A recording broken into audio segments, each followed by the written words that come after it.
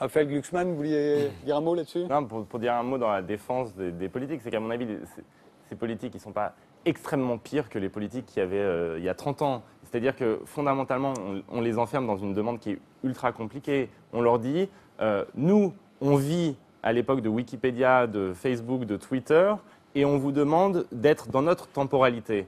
Et c'est très compliqué. C'est-à-dire que tous les mouvements civiques intéressants ont point commun qu'ils n'ont pas vraiment de représentants, de porte-parole, parce que tout est dans la présence directe des militants sur les places, justement, dont vous parliez. Et simplement, il va bien falloir qu'on invente un débouché politique à cette immédiateté temporelle-là. Et que le problème, c'est qu'on ne l'a toujours pas. Et donc, c'est ce moment d'entre-deux. Vous savez, Gramsci disait que quand un monde s'éteint et qu'un autre arrive, le moment d'entre-deux est le moment dangereux, puisqu'il en fonde des monstres. Et pour moi, pourquoi on vit une période extrêmement dangereuse aujourd'hui, c'est que la vieille méthode de la politique à la De Gaulle ou à la Mitterrand, ça ne marchera plus, mais que la nouvelle méthode politique, on ne l'a toujours pas inventée, y compris d'ailleurs Syriza, qui est dans une période très difficile d'acclimatation au pouvoir. Et donc, c'est à ce moment-là que le discours, à mon avis, monstrueux du Front National ou des identitaires peut avoir un impact énorme. Laure Belot nous a rejoint, vous êtes journaliste au Monde et vous êtes l'auteur de La déconnexion des élites ou comment Internet dérange l'ordre établi. Et Julia Cagé, vous êtes économiste, vous êtes l'auteur de Sauver les médias. Les médias, expliquez-vous, n'ont jamais été aussi nombreux, mais ils n'ont jamais été aussi faibles, disposant de moins en moins de journalistes et de moins en moins d'argent. Son rôle de contre-pouvoir est donc de plus en plus compromis. Laure Belot, vous faites remarquer qu'au fond, Internet supprimant les intermédiaires, les politiques et les journalistes sont retrouvés en ligne de mire immédiatement. C'est eux qui ont essuyé les plâtres, hein, pour ainsi dire. Oui, enfin, il y a les politiques, il y a les journalistes, il y a puis tout le reste. En fait, c'est le bas de la société qui est en train de pousser. Ce qui est intéressant, je m'intéresse à tout ce qui est émergent dans la société. J'ai créé un livre parce que je m'intéresse à des enquêtes et à chaque fois je vois la même chose. Dans la communication, dans le commerce, dans l'éducation, dans la recherche, dans la politique, dans la construction des nouvelles élites, c'est la même chose. Les idées viennent des marges, la population, les gens peuvent se saisir du numérique pour faire des choses. Je rejoins Laurent Geoffrin, il y a une énergie phénoménale en France. Il y a 300 000 start-up chaque année en France qui arrivent. Le problème, c'est qu'elles sont créées, elles n'arrivent pas à pousser. Donc en fait, le problème qui se passe actuellement sur le politique, c'est un problème qui se passe également dans l'économie, dans l'éducation. On a beaucoup d'idées mondialement. Il y a une nouvelle génération et des personnes qui se saisissent du numérique pour faire des choses. Et derrière ça, ça ne pousse pas et ça n'arrive pas à émerger. Et vous dites aussi qu'au fond, la société moderne s'était construite sur un diptyque État-entreprise et que maintenant, il faut compter avec un triptyque puisqu'il y a aussi la société civile, au fond. La société civile prend de plus en plus de place. On parle du fait que les jeunes ne s'intéressent pas à la politique. C'est absolument pas le cas. Quand vous regardez sur les forums, quand vous regardez sur Havas, quand vous regardez sur change.org, regardez ce qui s'est passé aux États-Unis, la neutralité du net. C'était quand même 4 millions de personnes qui ont envoyé un mail au gouvernement Obama en disant il faut statuer sur la neutralité du net. Donc en fait, on voit bien que derrière ça, des jeunes s'emparent d'Internet pour dire des choses en haut. Regardez par exemple la pétition contre la pêche en haute mer. Bon, il y a eu 800 000 personnes en France qui ont signé cette pétition en ligne. Aucun politique ne s'en est saisi. Qu'est-ce que ça donne comme signal ? En fait, au niveau de la société, ça donne le signal tout simplement que ces personnes-là ne sont pas entendues. Pour autant, les personnes ont un sens civique prononcé. Ils ont envie que des choses changent. Julia Cagé, vous vous dites qu'en fait, le contre-pouvoir qui était la presse est en train de disparaître un peu à peu. Oui, c'est grave, c'est un véritable problème. On parle depuis le départ de démocratie. C'est quoi le sens de la démocratie? C'est d'avoir des citoyens qui votent, mais qui votent de manière informée. Et à partir du moment où leur vote n'est plus informé ou désinformé, là on a un véritable problème. Tout à l'heure, vous montriez le chiffre du nombre de journalistes en France, environ 37 000. Oui, c'est ce qu'indiquait le journal télévisé en tout cas. C'est ce qu'indiquent aussi les données.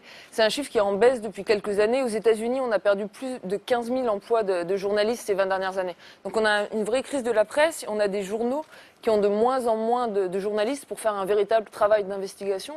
Or, ce travail-là d'investigation, il est nécessaire à la qualité de la vie démocratique. Sans Mediapart, on n'aurait pas eu la révélation des principaux scandales politico-financiers de ces dernières années. Et quand on nous dit, par exemple, que en France, les médias sont de mauvaise qualité et que le New York Times, par exemple, est de bien meilleure qualité que Le Monde ou que Libération, bah oui, mais le New York Times, il y a plus de 1000 journalistes qui travaillent chaque jour à produire de l'information. C'est 3 fois plus que Il y a de moins en moins de journalistes. Il y en a de moins en moins. Il y en avait 1100, là on passe à 1000, mais 1000 c'est toujours près de 10 fois plus que le nombre de journalistes aujourd'hui à Libération, qui a réduit sa salle de presse d'un tiers. L'autre chose que je veux souligner, parce que ça m'a frappé et en même temps ça m'a attristé ce chiffre sur le manque de confiance des Français vis-à-vis des médias, et surtout cette impression qu'ont les Français que les médias et que les journalistes en particulier sont déconnectés de la réalité.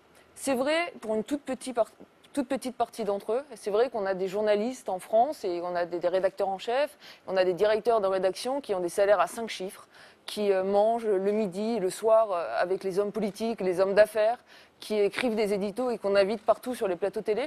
Mais à l'arrivée, qu'est-ce qu'on a pour de vrai? On a une paupérisation de la profession de journaliste, on a de plus en plus de pigistes, on a de plus en plus de CDD. Et si on regarde le salaire médian du journaliste en France, il est à peine au niveau du salaire médian du français.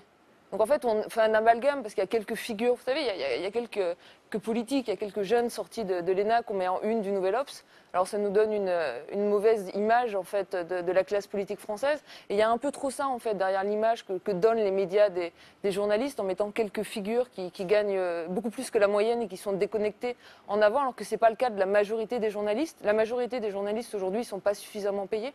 Surtout, on leur demande beaucoup trop. Leur demande d'écrire un article, de le tweeter, d'aller sur leur blog. Internet, tout ce que vous décrivez.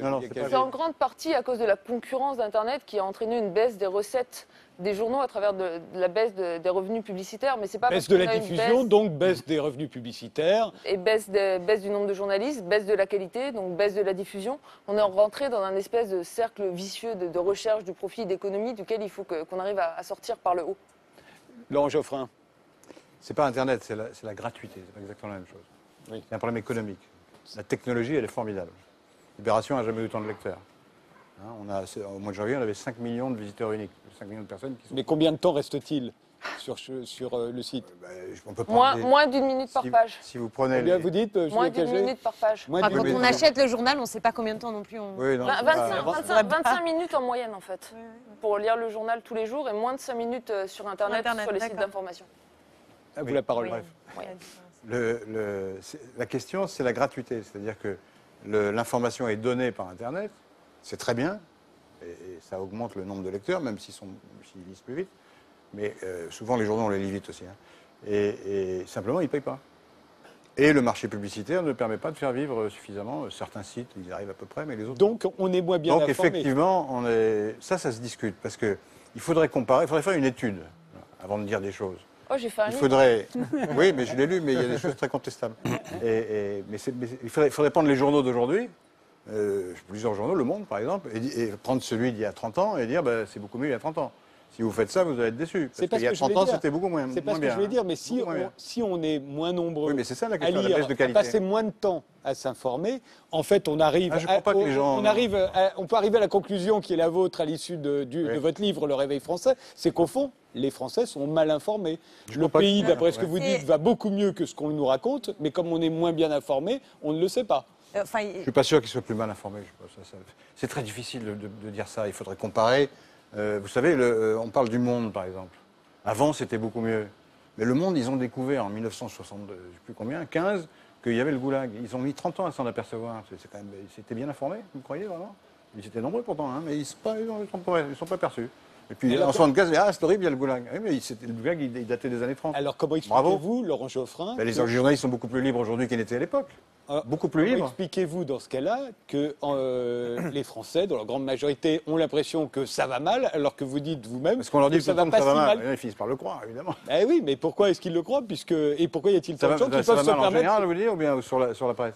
Non, en général. Pourquoi est-ce que les Français croient que ça va mal, alors que vous dites que non, objectivement, ça va pas si mal que ça? Ça va beaucoup mieux qu'on me dit, ou ça va mal, voilà, c'est pas pareil. Donc ils sont mal informés. Oui, ils sont mal informés. Mais ils sont mal informés par qui? Par les journalistes. Par les gens. Non, parce que... Non. Je sais pas, je me pose la question. Il y a quand même un modèle économique qui est en crise profonde. Moi, je partage pas ce point de vue. Il y a 3 forces qui n'arrêtent pas de dire que c'est un désastre. ces forces parlent dans les journaux, c'est normal, et c'est des hommes politiques qui sont représentatifs. Vous avez l'extrême droite qui dit c'est une catastrophe, vous avez les libéraux qui disent c'est une catastrophe, un peu comme mon voisin, et vous avez l'extrême gauche qui dit c'est une catastrophe. Parce qu'il y a quand même beaucoup de monde. Évidemment, les gens finissent par le croire. Comme par ailleurs, il y a effectivement une crise, ils mettent tout ça ensemble. Mais dans ce Mais cas, si on se concentre, vous êtes si on quand même se rendu concentre compte qu'il sur y les... avait Oui, mais si on- une précarité extrême, qu'il y avait une Oui, bien abstention sûr, extrême, ça- qu'il y avait des modèles économiques, là, Oui. pour reprendre. Oui, mais on a un la État-providence qu'il y très avait- perfectionné en Il y avait France. quand même un problème sur Oui. l'environnement dont on n'a pas parlé, qui était là On fait aussi des progrès là-dedans. tout à fait colossal. Et On que, fait des par progrès. exemple, quand les fait des Français progrès. vont voter, je signale juste, parce qu'on leur explique maintenant que peut-être qu'on va rendre obligatoire le vote. Enfin, ils ont voté en 2005 non au traité constitutionnel européen à 55%, et on leur a dit merci beaucoup d'être venus voter. On va quand même adopter le traité. Moi, je Donc, parle pas de ça, ce moi. que je veux juste dire, c'est que je ne suis pas sûre que les Français soient juste dans la projection de ce qu'on leur donne pour avoir ce sentiment qu'il y a quelque chose qui déconne dans la société française. Non, mais c'est pas et mon c'est pas propos. pour être décliniste. Mon C'est propos est de simplement- dire je veux revenir il y a des juste choses un qui mot vont sur bien les ou il y a des journaux. réussites. Voilà, c'est tout. Sur les journaux, il y a un modèle économique qui ne fonctionne pas. Est-ce que ça veut dire que les Français sont moins informés? Là, je suis plutôt d'accord avec vous. C'est beaucoup plus... En même temps, il y a un accès à l'information grâce à Internet qui est considérable. Simplement, elle est tout azimut, etc. Et la production de qualité, elle est empêchée. Elle est empêchée dans les services publics. Il y a quand même une grève à Radio France qui raconte quelque chose d'important, qui montre aussi qu'on a un gouvernement qui compte et qui pense pas beaucoup. C'est-à-dire qu'il y a du mal à porter un projet qui permette de redéfinir les missions d'un grand service public audiovisuel qui aujourd'hui est totalement à la peine pour des raisons de moyens financiers, parce qu'on est dans cette logique d'austérité, mais aussi pour des problèmes d'ambition sur c'est quoi le projet culturel de la France. Et là, franchement, si quelqu'un est capable d'en tracer la moindre ligne, surtout qui nous fascine, parce que c'est quand même... C'est pas le débat, on va dire. J'entends bien, mais ça fait partie de la panne politique, ça fait aussi partie de la panne politique. Il n'y aura pas de relance si on ne sort pas de la logique comptable et simplement de résorber une dette improbable où les solutions contribuent sans cesse à accroître la dette dans laquelle on se situe. Et donc, les questions économiques, on en a peu Comme on parlé... sait, en Grèce, ils se sont affranchis de la question. En Grèce. Eh bien, voyez les difficultés dans lesquelles il se trouve. Et, là, Oui, non, Angela ce que je veux dire, c'est Merkel, que vous avez une fois arrivé au tout à l'heure. pouvoir, après avoir dit on ne paiera pas la dette, ils s'aperçoivent qu'il faut la payer. D'accord, mais Donc c'est démagogique bien. là aussi de dire voilà, il suffit de s'affranchir de la logique comptable. vous Mais quand vous avez des créanciers, il faut bien les rembourser. Comment vous faites? Je vous interromps. Demandez à parce que- M. Tsipras. Revenons, comment il fait. Mais déjà, il faut arrêter revenons au monde d'encaisser qui les banques. change. Mais je veux bien ouvrir un dessin Laure Belot, là-dessus. Moi, j'ai l'impression que ce n'est pas une révolution numérique, c'est une vraie civilisation numérique. C'est qu'on a un seul cerveau, on est avec beaucoup d'informations tous les jours, on peut s'en souvenir de une ou deux de nouvelles informations. Qu'est-ce qu'on va donner? Quel journal va donner quelle information? Regardez ce qui s'est passé par exemple au Kenya, c'est désastreux ce qui s'est passé avec cet attentat, 147 morts. Le Kenya, des étudiants. Hein. des étudiants, comme par hasard, c'est la Silicon Valley africaine. Là, je sors justement, et Le Monde a décidé, Le Monde Afrique, de sortir, alors qu'il y a eu cet attentat-là, une enquête de 14 start-up, donc dans tous les pays africains, et notamment 5 au Kenya, extraordinaires, des femmes, beaucoup de femmes, qui prennent leur destin en main, qui proposent des applications agricoles, des applications pour éclairer les foyers. On sent très bien qu'actuellement, de partout dans le monde entier, c'est le bas de la société qui pousse. Et c'est ça qu'il faut mettre en avant également. Et de la même façon, il y a une interview d'Amadou Matarba qui raconte qu'en Afrique, comme ici, il y a une déconnexion des élites. Les élites voient bien qu'il y a une corrélation entre le numérique et le développement économique, mais que malgré tout, elles ont du mal à accepter de partager le pouvoir et de laisser la société s'exprimer. C'est ça qui est en train de se passer de partout dans le monde, avec, il est vrai, en France, des freins spécifiques. Alors, ouvrons le débat. Est-ce que c'est le monde qui change, Richard Millet? Oui, il n'arrête pas de changer depuis l'aube des temps, de toute façon, donc ce n'est pas un scoop. Je m'interrogeais quand même sur cette question de l'information. Il me semble que l'information arrive de façon continue. C'est peut-être le traitement de l'information qui est différent. Je pense que si les Français ont une méfiance envers la presse, c'est que ça ne les intéresse pas. Une espèce de tronc commun des grands journaux qui fait qu'ils ont l'impression qu'on leur sert une espèce de soupe un peu semblable d'un journal à l'autre, qui est une vague, comment dirais-je, illustration de la réalité, mais qui ne dit pas tout. Et le fait que ça ne dit pas tout, il suffit d'aller dans les salles de rédaction, etc., ou d'aller sur place pour voir qu'effectivement, on ne dit pas tout, on ne montre pas tout. Si on montrait tout, ça serait complètement différent. Alors, Internet, effectivement, arrive à la rescousse, et d'où la crise des journaux, et d'où la crise politique aussi. Paul Ismar? Non, je ne sais pas. C'est le monde qui change qui fait que, là aussi, que ce divorce peut sembler consommé entre l'élite et le peuple. Oui, mais enfin, effectivement, le monde n'arrête pas de changer. Alors, ça dépend, parce que là, on parle de plein de choses qui sont quand même extrêmement différentes sur des plans différents. On parle du monde entier, et puis on revient ensuite à la situation française et au journalisme. Donc, c'est un peu difficile de répondre à votre question. Les élites, de quel type d'élite on parle? Oui, il y a une crise avec les élites politiques. Il y a une crise, je pense, aussi avec les élites du savoir, pour plein de raisons différentes. Et encore, il faudrait savoir ce qu'on entend sous ce terme. Voilà, votre question est large. Oui, elle est trop large, alors je vais la préciser. Vous parlez de crise avec les élites du savoir, crise avec les experts en général. On dit aussi c'est qu'aujourd'hui, chacun est devenu un expert, chacun se sent comme un expert, chacun peut s'exprimer, chacun est devenu un émetteur grâce à Internet, et que donc chacun rivalise avec les experts et se sent capable finalement de remettre en cause cette autorité-là. Oui, ça peut produire des choses formidables. Je veux dire, il faut être sensible quand même à, par exemple, tout ce qui s'est passé dans les années 80-90, quand des collectifs se sont montés pour devenir eux-mêmes experts. On pense à ACT UP, on peut penser à la CIMAD dans d'autres situations, c'est-à-dire des citoyens ordinaires qui ont pris en charge une question, voilà, et qui du coup ont pu dialoguer eux-mêmes avec les pouvoirs publics et s'élever au rang d'expertise. Après, l'expertise sauvage du citoyen qui, derrière son ordinateur, en allant d'un site à l'autre, fabrique ou croit fabriquer un type de savoir, j'y crois pas trop. Alors, dernier mot sur ce sujet, Nicolas Bouzou. On dit que le monde change tout le temps, mais oui, mais il y a des moments où le monde change plus. Et tous les 60-70 ans, il change plus. C'est cette nouvelle révolution industrielle dont j'ai parlé tout à l'heure, c'est les 30 glorieuses il y a 60 ans ou 70 ans, c'est la belle époque 70 ans auparavant, c'est la révolution du chemin de fer 70 ans auparavant, c'est la première révolution industrielle 70 ans auparavant. Donc, eh ben oui, les 70 ans. Non, mais entre 50 et 70 ans, on n'est pas dans une science exacte, mais il y a un cycle qui bouleverse toute l'économie et qui bouleverse les façons d'informer. Et les médias sont dans le monde, ils sont dans l'économie, et donc vous avez pardonnez-moi, le terme n'est pas beau, mais vous avez des business models, si vous voulez, qui changent. Et ce qui est très anxiogène et très passionnant dans la situation actuelle, c'est qu'on est dans un entre-deux, si vous voulez. C'est-à-dire qu'on est au début d'une révolution, par exemple la révolution des médias, elle va se résoudre dans 10 ans. Comment? Nous n'en savons absolument rien. Un mot, Raphaël. Vraiment un dernier mot. En fait, on entre, à mon avis, dans une ère vraiment différente qui va se transformer en arène idéologique. Et malheureusement, un éditorial de Laurent Geoffrin dans le Figaro ou une vidéo d'Alain Soral sur Internet. Laurent Geoffrin, c'est dans Libération. Pardon, Libération. C'est vrai qu'il soutient Angela Merkel, j'ai été là. Mais vous faites exprès ou non, il m'a fait peur. Non, parce que vous voulez dire que je suis de droite, c'est ça? Non, c'est pour savoir. Un éditorial de vous, parce que Plume, et une vidéo d'Alain Soral sont mis sur le même plan sur Internet, et que du coup, il y a en fait, on est passé d'une société où il y avait une information qui descendait d'en haut à une mise à plat où tout est disponible à égalité. Et ça, c'est un monde, à mon avis, qui est à la fois un potentiel démocratique énorme, mais aussi un risque terrible. Julia Cagé. C'est pour ça qu'on a de plus en plus besoin aujourd'hui de journalistes pour mettre un filtre entre tous ces experts et le citoyen qui a besoin d'être informé de manière très claire.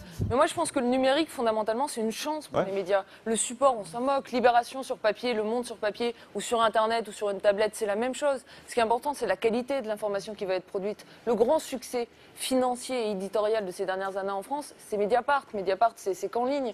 On dit toujours que les jeunes ne consomment pas d'infos, que ça les fait chier, ils n'aiment pas ça, ils ne regardent pas la télé. Quelle est une des vidéos les plus regardées sur YouTube ces derniers mois? C'est une vidéo sur la Syrie. C'est une vidéo sur le conflit en Syrie, sur l'État islamique, sur Daesh. Ça a été mis en ligne par Vice Media, qui est un nouveau média. C'est une forme de média numérique un peu différente de ce qu'on voit en France. Mais ça a attiré les jeunes. Et par ça, les jeunes vont à l'information.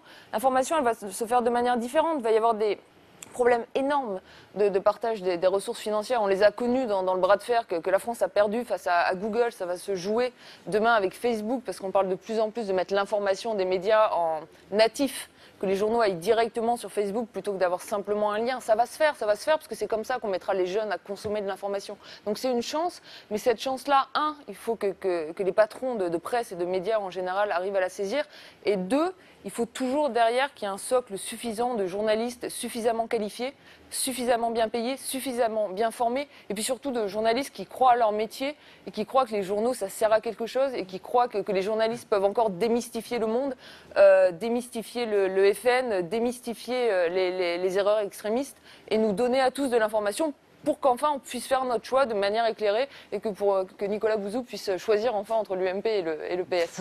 Alors, il y a un problème, vous le disiez dès le début de cette émission, un problème de représentation, il y a un problème de système politique, et ça fait assez longtemps que ça dure d'ailleurs, puisque ce que l'on dit aujourd'hui sur notre régime, on le disait déjà dans les années 70, au début des années 70, c'était le directeur du Monde d'ailleurs qui le disait à l'époque, Jacques Fauvet.